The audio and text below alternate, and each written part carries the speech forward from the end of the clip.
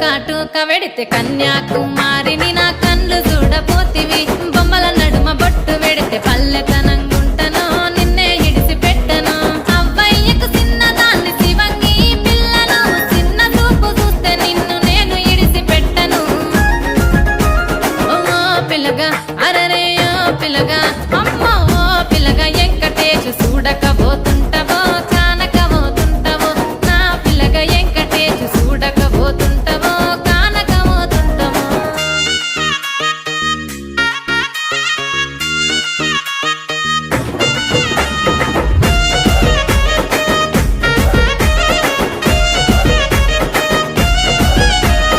మన ఊరిలో నన్ను మించే అందమెవరికున్నదో అందగత్తె